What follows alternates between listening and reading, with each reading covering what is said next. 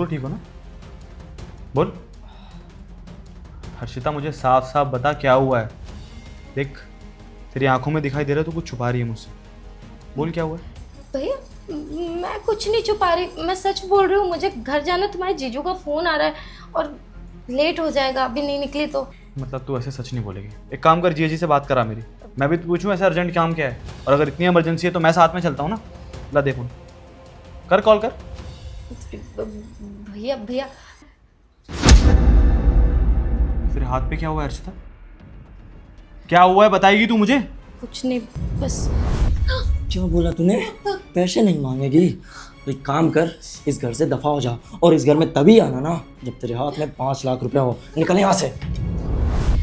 बस इसीलिए भैया मैं रोज रोज आपके घर आ जाती थी कि मैं मार खाने से बच जाऊं। मुझे माफ़ कर दो भैया। मुझे पता है मुझे ऐसे आप लोगों के घर नहीं आना चाहिए, क्योंकि किसी ने सही कहा है भैया, शादी के बाद लड़की का घर उसका मायका नहीं बल्कि उसका ससुराल ही होता है। तू ये कैसी बातें कर रही है? इस घर पे ना मेरे से ज्यादा हक तेरा है। तेरे को समझ में आ रही है ये बात? और किसने कहा ये सब नहीं होता है? ये घर तेरा है, जितना मेरा है ना उतना तेरा भी, और उतना ही साक्षी का भी है।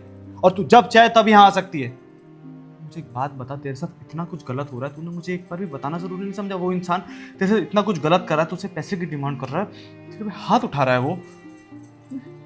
एक बार अपने भाई को बताना जरूरी नहीं समझा? इतने टाइम से सब कुछ झेल रही है, बस चुपचाप यहाँ आके रह लेती है। अरे वो तो मैंने तेरा हाथ देख लिया। हर्षिता तू जानती है हमने तेरे को कितने नाजों से पाला है, और उसके बाद तू तू कैसे कर सकती है ये सब? क्या करती भैया, मैं आप लोगों को बता के आप लोगों को और टेंशन नहीं देना चाहती थी। मैं अकेली झेल रही थी इसीलिए कि आप लोगों को दिक्कत ना हो। हर्षिता बस, तू मेरी बहन है और आज के बाद इसी घर में रहेगी। और उस आदमी को तो मैं छोड़ूंगा नहीं, तू देख। कोर्ट तक लेके जाऊंगा उसे मैं। अब तुम, आई होप मेरी बहन की कंडीशन समझ रही होगी, क्योंकि शायद तुम्हारी बहन या तुम्हारे घर में किसी के साथ ऐसा होगा तो तुम भी साथ दोगी उसका, पीठ पीछे बुराई नहीं करोगी उसकी। समझ रही हो ना क्या कहना चाह रहा हूँ मैं? भैया भाभी को आप कुछ मत बोलो, भाभी तो बहुत अच्छी, इनकी कोई गलती नहीं। हर्षिता, मुझे माफ़ कर देना, मुझे तुम्हें समझने में भूल हो गई। तुम मेरी छोटी बहन जैसी हो, अपने आप को कभी अकेला मत समझना। और तुम्हें हम इंसाफ ज़रूर दिलाएंगे। उस आदमी के पास हम तुम्हें वापस जाने नहीं देंगे। चलो।